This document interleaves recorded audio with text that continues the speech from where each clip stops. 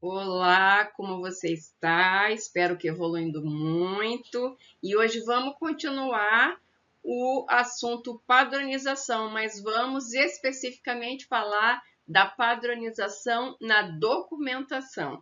Vamos lá? Então, para que padronizar a maneira de escrever em prontuários ou em relatórios? A gente volta para aquela palavra mágica que é resultados. A gente melhora os nossos resultados. Então, a partir da padronização de toda a terminologia, de todo o processo e, por fim, da maneira como a gente documenta tudo o que a gente faz, a gente consegue melhorar os nossos desfechos, ou seja, resolver melhor os problemas dos nossos clientes. Com isso, logicamente, a gente melhora o nosso reconhecimento e valorização e, consequentemente, melhora o pagamento dos nossos serviços.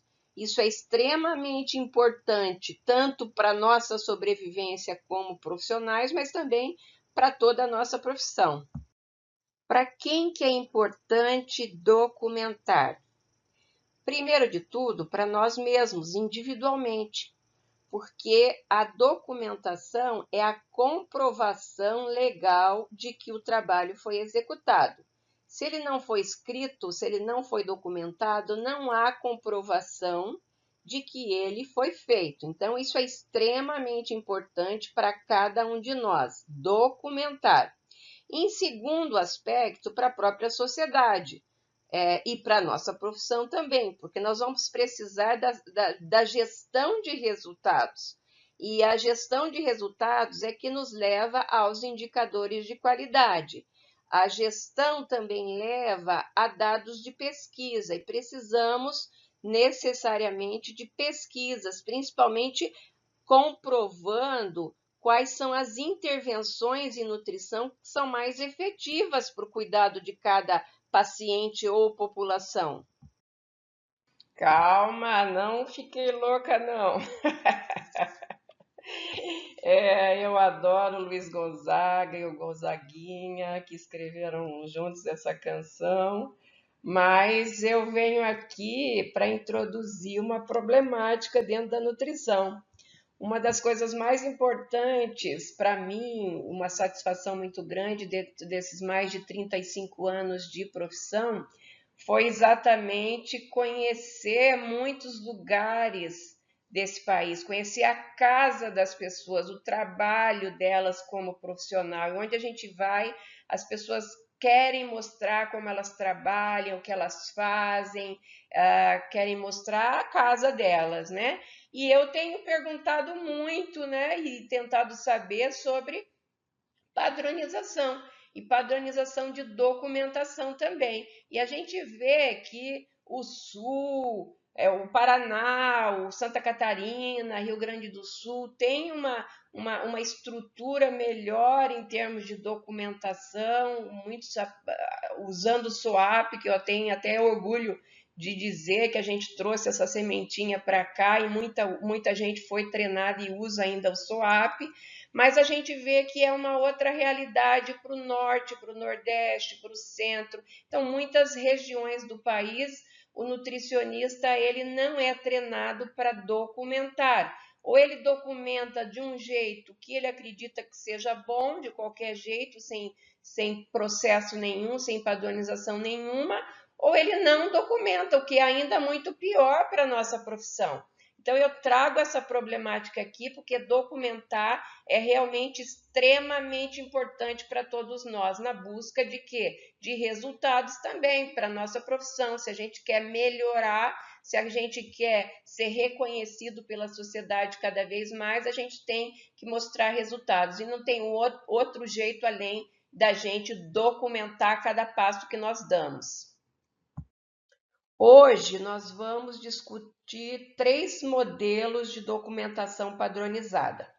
O SWAP, que é o acrônimo para subjetivo, objetivo, avaliação e plano.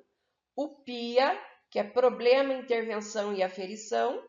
E ADMA, que se baseia nos 4 passos do processo de cuidado e nutrição, que é A de avaliação e reavaliação, D de diagnóstico, I de intervenção e MA de monitoramento e aferição. Então, o ADMA é a proposta atual de padronização da documentação, então nós vamos passar um pouco mais de tempo discutindo como documentar no formato ADMA.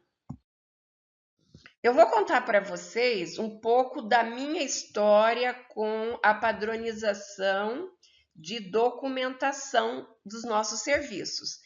E eu entendi que a documentação precisava de uma padronização quando eu fui para o mestrado nos Estados Unidos e que percebi que os nutricionistas americanos, eles eram treinados já dentro da escola a documentar os seus serviços de maneira padronizada. E depois, logo depois do mestrado, eu entrei para um estágio obrigatório para se tornar nutricionista dietista lá nos Estados Unidos. E durante 6 meses eu fui para um hospital também em Nova York chamado Mount Sinai Medical Center. Na época, o hospital tinha mais de 2.000 leitos. Hoje, o hospital tem 3.815 leitos e mais de 740 médicos e mais de 150 salas de cirurgia, para vocês entenderem o tamanho do hospital. E esse é um hospital comum nos Estados Unidos. Os Estados Unidos eles têm hospitais muito grandes. E aí, a dificuldade foi minha acompanhar de 2 em 2 semanas um nutricionista que era especialista numa área. E eu tinha que documentar para o nutricionista os serviços que estavam sendo efetuados para aquele paciente. Então, a minha finalidade, a minha função como estagiária naquele momento, estagiária deste programa, era acompanhar o nutricionista especialista, mudando, fazendo rotações a cada 2 semanas e escrever no prontuário aquilo que foi feito junto com aquele nutricionista. Então, eu tive que desenvolver obrigatoriamente uma formatação de documentação, porque eu tinha que fazer isso de maneira muito acelerada, muito rápida. E também percebi que para a própria aprovação para nutricionistas, onde a gente tem que fazer uma prova, também se tinha esse foco de se saber, porque até os casos eles eram descritos na época no formato SOAP. Então, se você não soubesse o que era aquilo, ou como era a distribuição de dados dentro do SOAP na documentação, você não ia entender nem mesmo a questão que estava sendo colocada ali no exame, né? Para você passar no exame e se tornar daí nutricionista dietista registrada. Então, isso foi uma necessidade, entender a documentação, e tudo que se usava naquela época era a documentação padronizada no modelo SOAP. No Brasil, eu continuei com a necessidade de se trabalhar com a padronização de documentação. Como nutricionista e também coordenadora do setor de nutrição das clínicas de doenças renais e da Fundação ProRenal Brasil, em Curitiba, onde o meu trabalho era gestão de resultados. Então, a gente precisava treinar a equipe, escrever protocolos, manuais de rotina e buscar resultados dessa equipe. Então, logicamente, a documentação e a padronização dela é um passo importante para que a gente consiga resultados dentro da gestão. Uma outra experiência importante para a padronização de documentação foi para mim na PUC, porque eu fui a implantadora do curso de nutrição em 1999, e aí nós tivemos que sistematizar a maneira de ensinar, né? Então, a gente teve que ensinar os professores, porque muitos não tinham essa experiência, e que todos falassem a mesma língua para que a gente usasse na época o SOAP nas linhas de estágio e dentro das salas de aula, na prática e na teoria. E de 94 para agora, a gente acompanhar como documentar e a evolução da documentação, para a gente também passar isso dentro do instituto, onde a gente faz educação e pesquisa e apresenta isso para os nossos clientes. Então, a necessidade de estar perto de padronização, de documentação, ela continuou, para mim, dos Estados Unidos aqui para o Brasil. Agora vamos para um momentinho de reflexão e vamos pensar na dúvida, né? O quão importante é a dúvida na busca dos nossos conhecimentos. Por isso eu gosto bastante dessa citação do Freud, que diz que nunca tenha certeza de nada. A sabedoria começa com a dúvida. Veja quanto a gente busca com a dúvida, né? E na vida e na profissão, nós temos que estar abertos às mudanças também.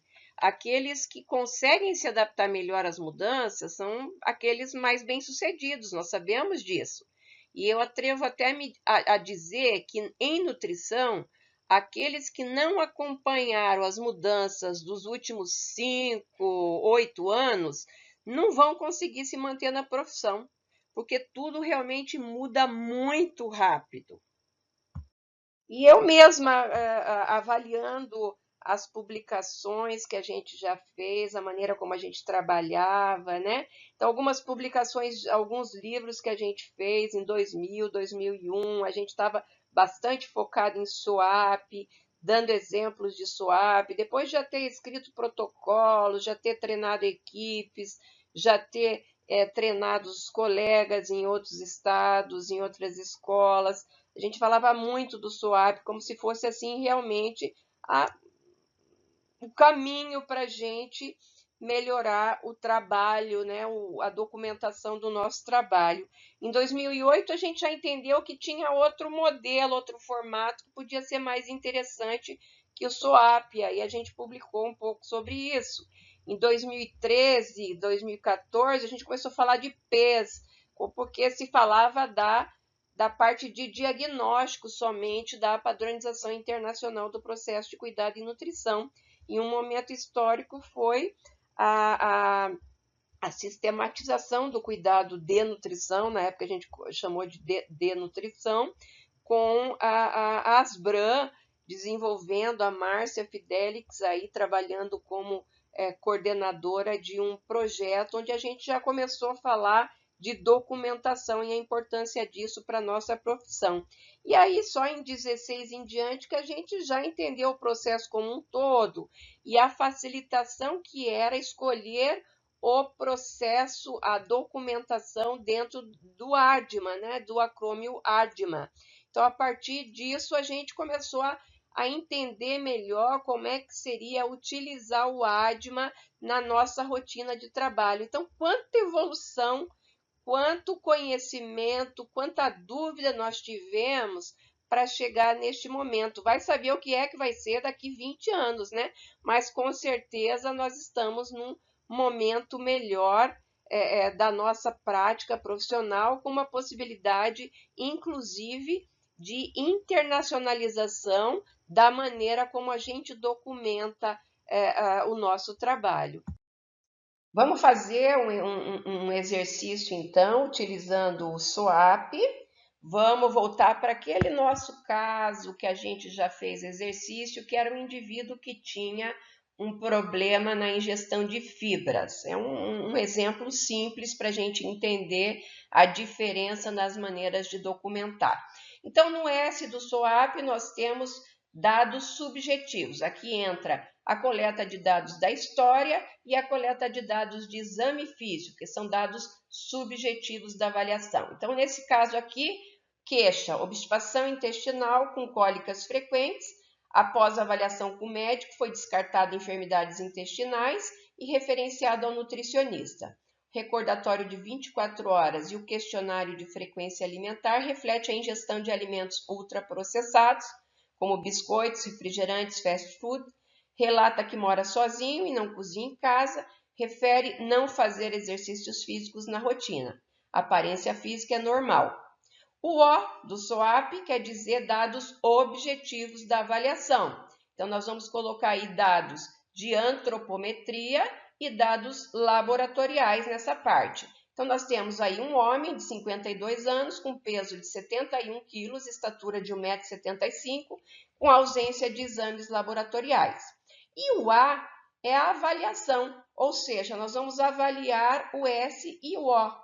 E muitas vezes aqui a gente extrapolava fazendo um monte de comparações. Então, aqui no caso, um IMC de 23,2, que está praticamente adequado, sedentarismo, ingestão de aproximadamente 2 a 5 gramas de fibras por dia, dieta com padrão desordenado e rica em gordura. E aí o P é o plano. O que é que nós vamos fazer para esse indivíduo? Nós podemos até focar bastante, que seria o quê? Aumentar a ingestão de fibras para 25, 30 gramas por dia, juntamente com a ingestão de líquidos.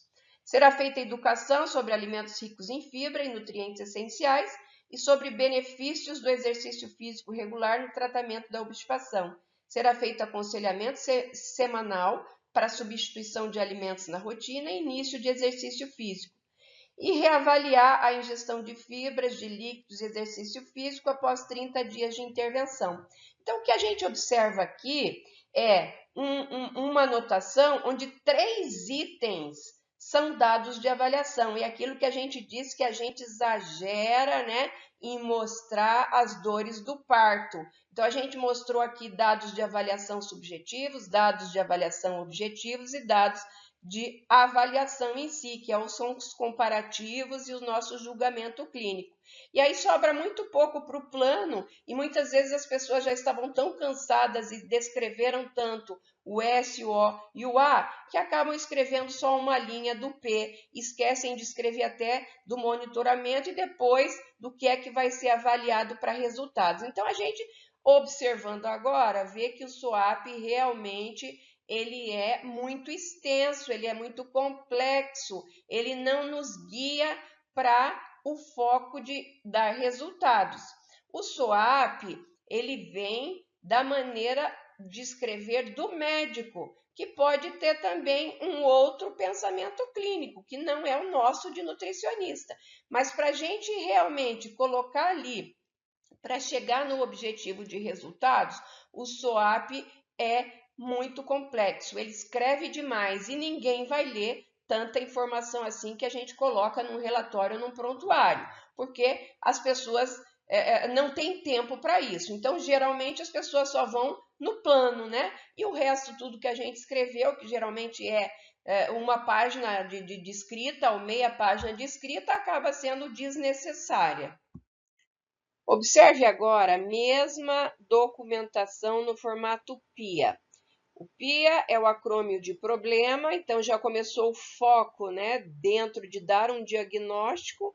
Naquela época nada era padronizado ainda, nem o processo, os passos do processo, nem mesmo os termos, a terminologia, mas já se pensou em focar mais diretamente no problema. Então, colocando ali o problema, obstipação intestinal crônica com cólicas frequentes, ingestão de fibra subótima e sedentarismo. Aqui a gente começa a usar, né, como modelo, como exemplo, na verdade, a nossa terminologia atual, mas poderia ser escrito de qualquer forma aqui nesse momento, porque não tinha nenhuma padronização. O I se focaria, então, na intervenção. Aqui a gente já colocou algumas palavras já dentro da padronização da terminologia, como a prescrição da dieta em quantidades, a educação, fazer aconselhamento, e o A de aferição seria o que a gente consideraria hoje o monitoramento e aferição, que é focar em como seria avaliado, então, a resolução do problema do indivíduo. Então, o PIA, de certa forma, foi uma evolução ao SWAP, porque ele foi muito mais focado para a resolução do problema do indivíduo e muito mais simplificado também. Enfim, vamos falar do acrônimo ADMA, que é onde nós estamos nesse momento.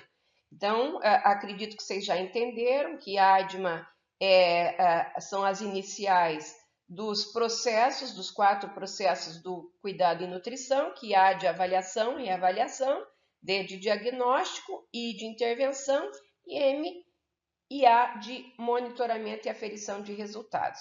O que a gente precisa entender, então? Que existe uma padronização por trás do ADMA, que existe uma terminologia por trás do ADMA e que, na parte de diagnóstico, para principalmente focar em dar resultados, em direcionar o nutricionista para busca e finalização de resultados para o seu cliente, o diagnóstico foi estabelecido para ser escrito no formato PES, que P é de problema, que é o próprio diagnóstico, o rótulo do diagnóstico, E é a etiologia, a causa desse diagnóstico, e S é de sinais e sintomas, que são os indicadores da avaliação que definiram aquele problema para o indivíduo. Então, o P é o diagnóstico, a etiologia e os sinais e sintomas foram buscados a partir da avaliação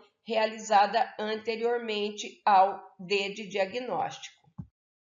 Aqui vamos relembrar que todo o processo, todos os passos do processo, ele tem categorias, subcategorias também. Então, dentro de avaliação e reavaliação, nós temos a história relacionada à alimentação e nutrição, temos medidas antropométricas, dados bioquímicos, testes e procedimentos clínicos, achados físicos focados na nutrição, temos a história do cliente, que não entra depois no monitoramento e aferição, e temos mais novo dentro da padronização, a categoria de instrumentos de avaliação e monitoramento.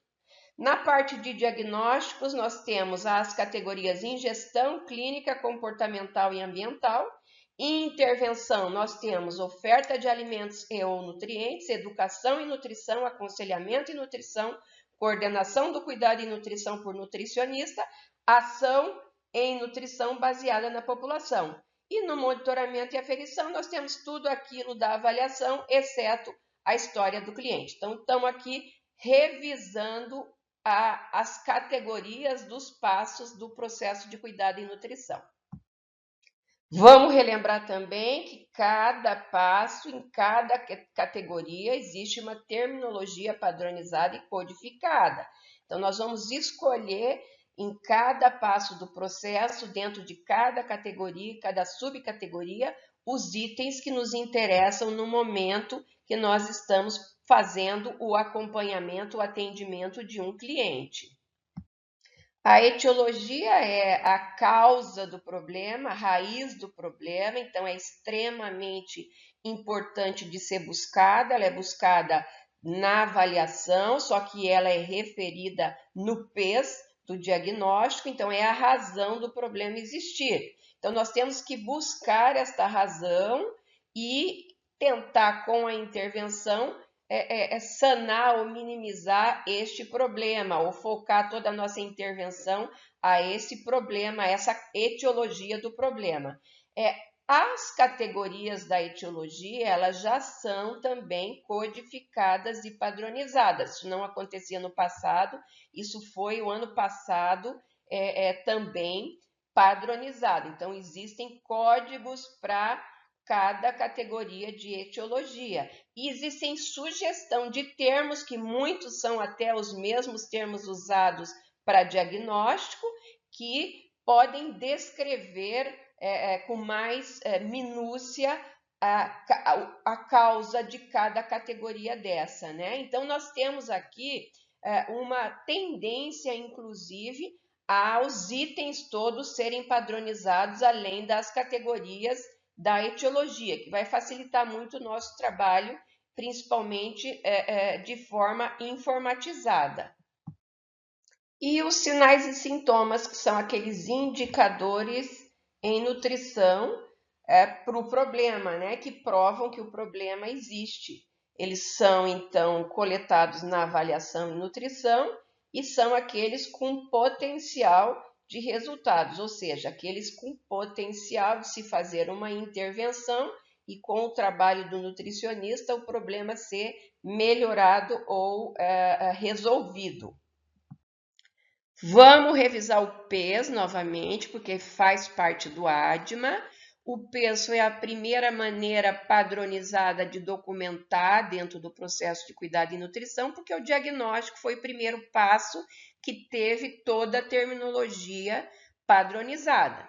Então, no PES já se criou uma frase para documentar o diagnóstico em si, mas que já levasse a resolver o problema do indivíduo. Então, dentro do PES, nós começamos com a descrição do problema, que nada mais é que aqueles termos padronizados para o diagnóstico, vírgula, associado à causa que foi obtida dentro da avaliação, do processo de avaliação, pode ser mais do que uma causa, vírgula, conforme evidenciado por sinais e sintomas, que foram aqueles indicadores também obtidos da avaliação que identificaram este problema. A gente pode pensar, mas vai ficar repetindo, né? Coloco dentro de avaliação, depois repito aqui no PES.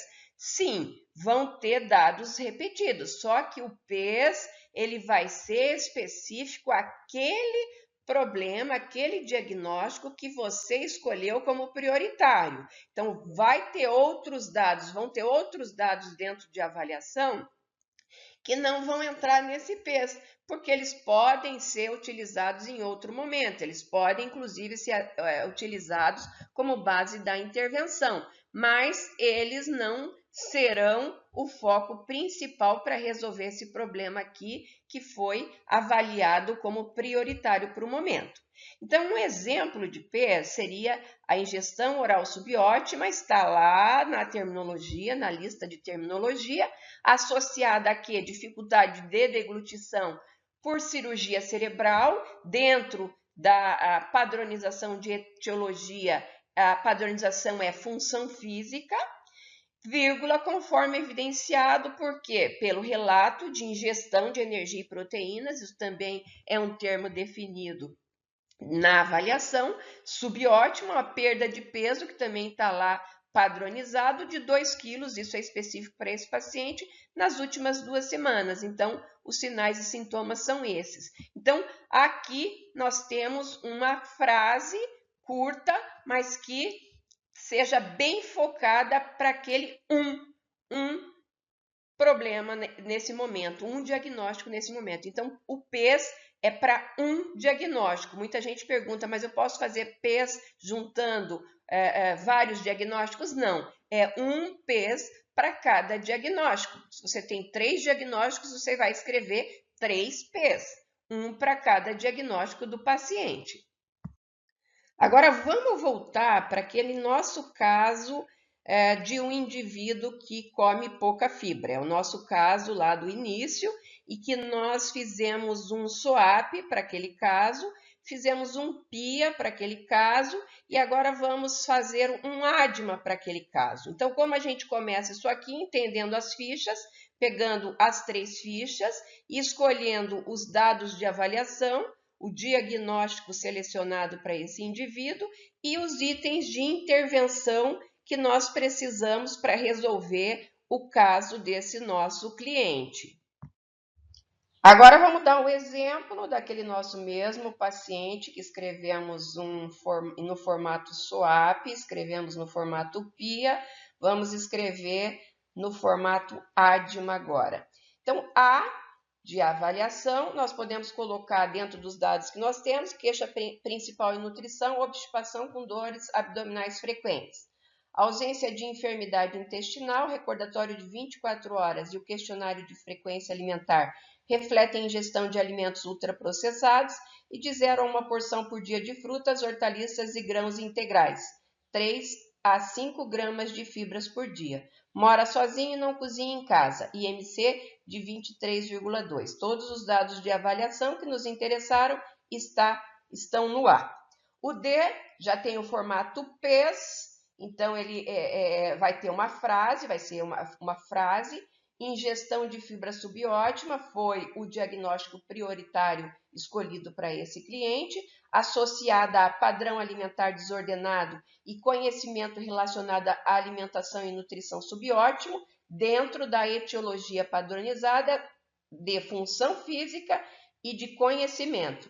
vírgula, conforme evidenciado pela ingestão estimada de fibra total em 24 horas de 3 a 5 gramas. Então, colocamos aí no formato PES a descrição toda do D de ADMA.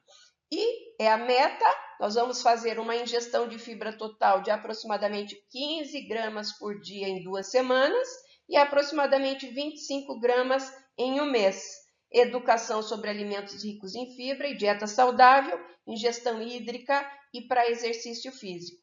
E o MA, nós vamos monitorar o quê? A ingestão de fibras totais em 2 semanas. Então, nós vamos, no passo a passo, buscar resultados para o problema do indivíduo. Então, a gente observa que fica muito mais focado a trazer resultados para o cliente. Então, além de ter uma visão muito clara dos 4 passos do processo, enxuga os dados de cada passo do processo, aquilo que realmente interessa e nos guia muito melhor a mostrar resultados. Então, sem dúvida nenhuma, para o momento, o ADMA é muito bem sucedido para mostrar resultados em prontuários eletrônicos, em prontuários escritos, em relatórios também. Agora eu vou dar um outro exemplo, onde eu vou ler o ADMA e você vai pensar a quem essa documentação pertence. A nutricionistas e estudantes de nutrição em diversas áreas geográficas do país. Queixa principal: pouca informação sobre o assunto processo de cuidado e nutrição e terminologia do processo de cuidado e nutrição. Avaliado área de conhecimento, feito diagnóstico específico ou score global de conhecimento relacionado à nutrição. Todos esses dados vindos das fichas de termos padronizados. D. Conhecimento relacionado à alimentação e nutrição subótimo sobre o PCN e o TPCN, associado a acesso subótimo ao tema, dentro da etiologia padronizada de acesso, conforme evidenciado por relato de participantes e número de acertos em score de conhecimento, que foi o questionário inicial.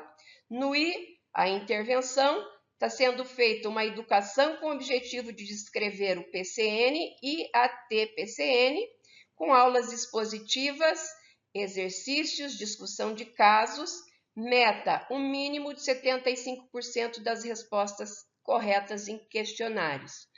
No MA, monitoramento e aferição, vai ser visto o relato de participantes e número de acertos no questionário final, no mínimo de 75%.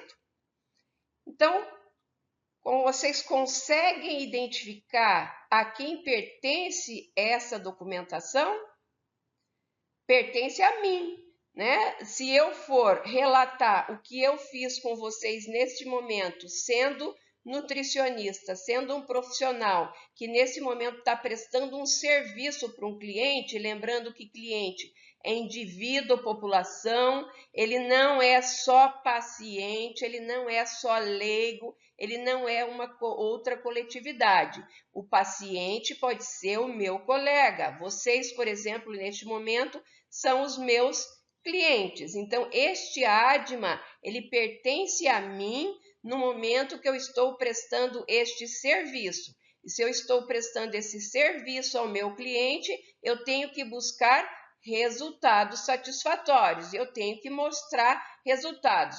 Uma maneira de mostrar resultados é exatamente mostrar a aferição desses resultados ao final do meu trabalho. Então, ficou bem claro que a cabeça tem que ser aberta aqui, que cliente não é somente aquele leigo, paciente, etc., que você vê dentro do hospital ou dentro de uma instituição, de um ambulatório. O cliente pode ser qualquer um que você fornece um serviço de nutricionista. Nesse momento, eu estou prestando um serviço de educadora a um cliente que são vocês, que não são totalmente leigos em nutrição, mas são leigos sim a um aspecto dela que a gente tenta aqui resolver.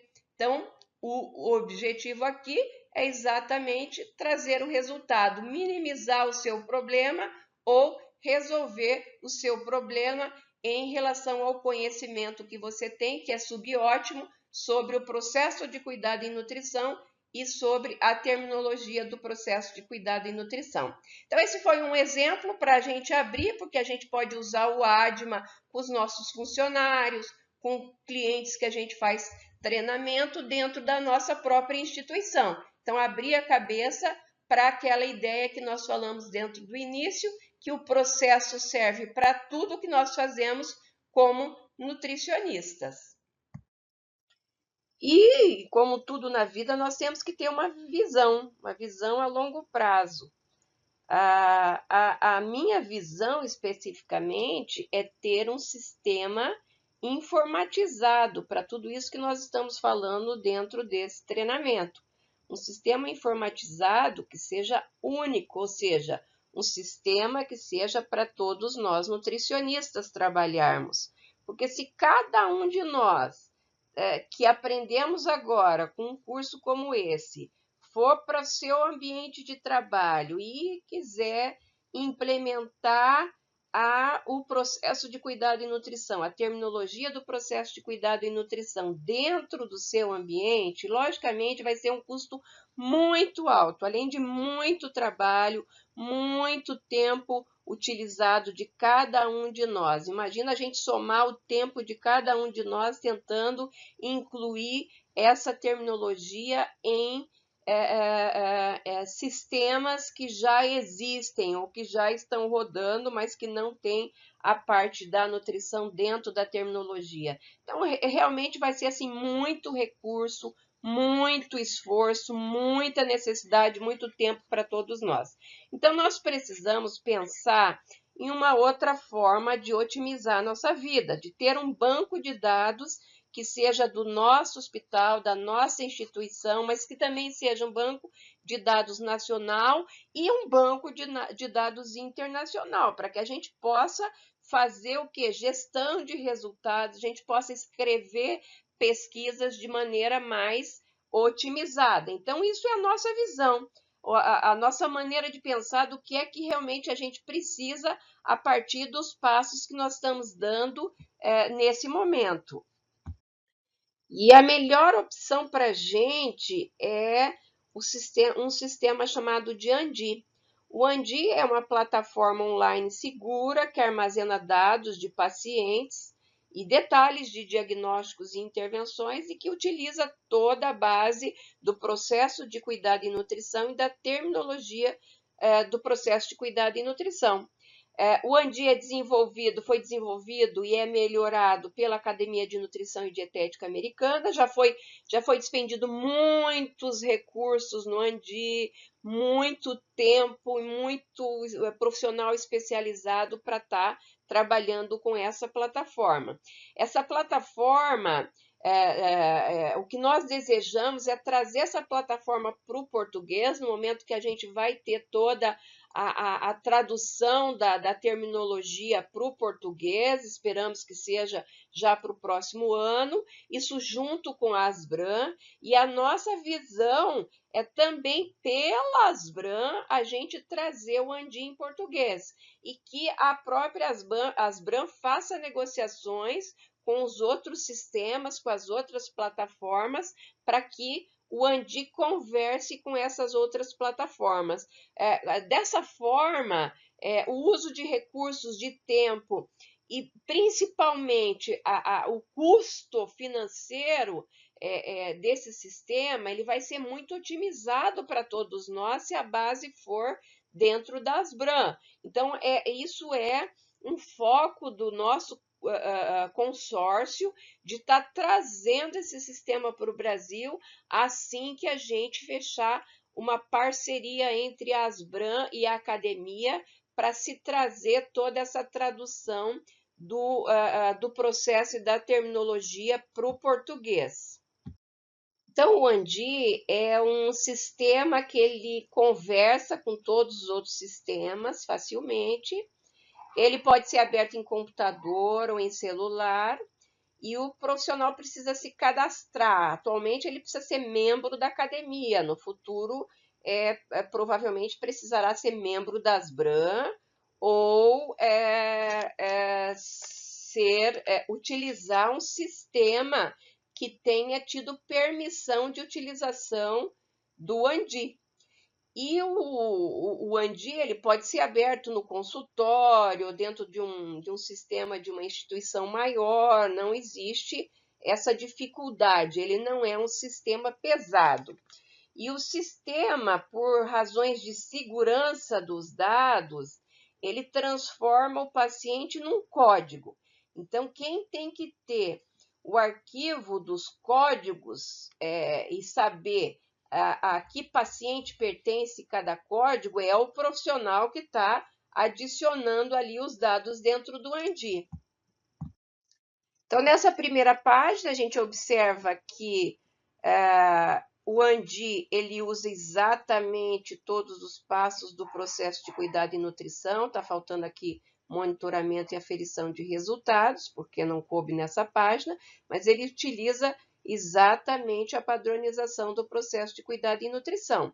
E ele aqui, a gente pode observar que não tem dado nenhum de paciente. Aqui o paciente virou um código, né? Então, a única coisa que o sistema reconhece é o código. E aqui nós temos quantas entradas foram dadas para esse mesmo código, né? E temos todo o histórico do que aconteceu com esse código. Então, isso para segurança de dados dos pacientes. Aqui nessa tela, eu entrei com alguns dados daquele exemplo que nós fizemos do indivíduo que tinha uma ingestão de fibra subótima, né? Coloquei alguns dados do indivíduo aqui, tudo isso aqui vem em branco e vem aparecendo cada um desses quadros devagar. Então, no momento que a gente vai colocando um dado, vai aparecendo outro quadro, e aqui a gente está falando dos termos padronizados de avaliação. Quando a gente coloca isso aqui, tanto vem uma lista para a gente rolar a página e escolher os termos que a gente precisa, assim como a gente pode começar a digitar o termo que a gente quer colocar e vem uma lista bem selecionada de termos que tem aquela palavra que a gente começou a digitar. Algumas coisas que a gente escreve, a gente pode especificar o que nós estamos escrevendo, e algumas coisas, como por exemplo aqui no índice de massa corporal, a gente identifica se está acima ou abaixo ou dentro do objetivo, ou da meta que a gente precisa, ou mesmo dos padrões de referência que nós estamos utilizando. Então, isso aqui pode ser bem curto, cada dado que a gente coloca do indivíduo pode ser bastante longo, então depende do caso e do número de dados que nós estamos colocando. Mas o que está entrando aqui são todos os termos já dentro da linguagem padronizada da terminologia.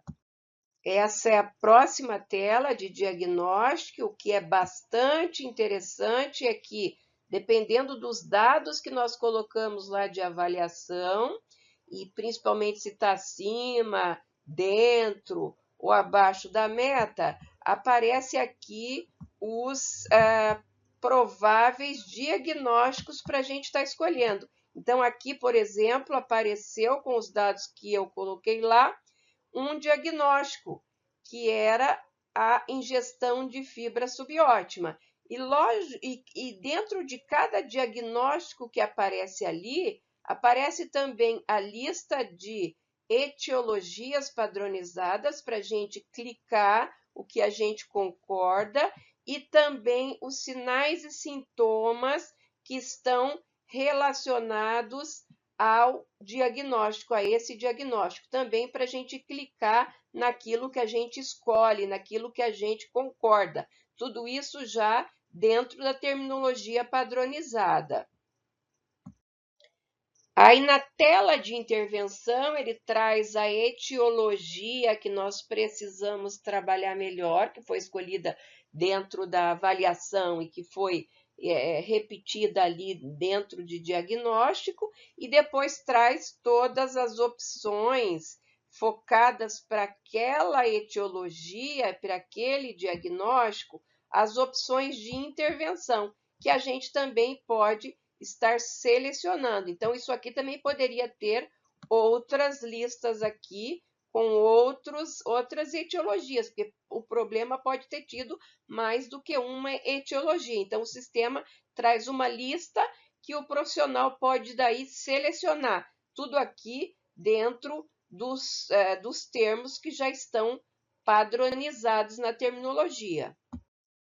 Aqui a página de monitoramento e aferição de resultados, que volta, né, a repetir aqui os dados anormais que deram vazão ao diagnóstico. Então, automaticamente foi repetido aqui. Então, isso não é necessário que a gente coloque. O próprio sistema traz aqui o que deve ser monitorado, mas fica livre também para a gente colocar adicionais que a gente quiser para estar monitorando, inclusive escrever com as nossas próprias palavras. Isso é possível dentro do sistema. E uma vez finalizado o monitoramento, nós podemos terminar a entrada de dados, né? Ou simplesmente salvar a entrada de dados, e no momento que a gente finaliza a entrada de dados, vem uma outra tela que nós vamos mostrar a seguir, que é a confirmação da sua senha, da sua assinatura. Essa é a tela, então, que você vai colocar a sua senha e a sua assinatura. Você já se cadastrou anteriormente para poder estar no Andi, então sempre você vai ter acesso, desde que você tenha a sua senha, né, a sua assinatura. E essa é a tela final. Nessa tela eu não consegui fazer como exemplo para vocês, mas o que vem aqui é a anotação automática no formato ADMA. Então, vem aqui toda a sua anotação. Então, você não precisa escrever a sua anotação. No momento que você fez a seleção de termos, colocou dados dentro do sistema, ele automaticamente escreve de maneira padronizada no formato ADMA. Então, o que você faz aqui? Você copia esses dados e pode passar para um outro sistema, ou simplesmente deixa aqui se o Andi é o único sistema que você usa para histórico dos seus pacientes, como, por exemplo, dentro do consultório. Mas se você já utiliza um outro sistema dentro de uma instituição, um hospital, por exemplo, você pode copiar essa anotação no formato ADMA e colar dentro do outro sistema, que é a sua anotação final do atendimento do seu paciente. Bom, agora é hora da gente se despedir. Foi muito bom estar com você. Eu espero que a gente tenha conseguido elevar o seu conhecimento, a sua motivação. E gostaria de lembrar também que a competência, ela vem com a prática e com o tempo, então continue sempre praticando e estudando. E eu tenho certeza que a padronização, ela abre portas extraordinárias dentro da nossa profissão. Desejo muito sucesso para você, fique com Deus e tenho certeza que a gente vai se ver novamente bem em breve. Até mais!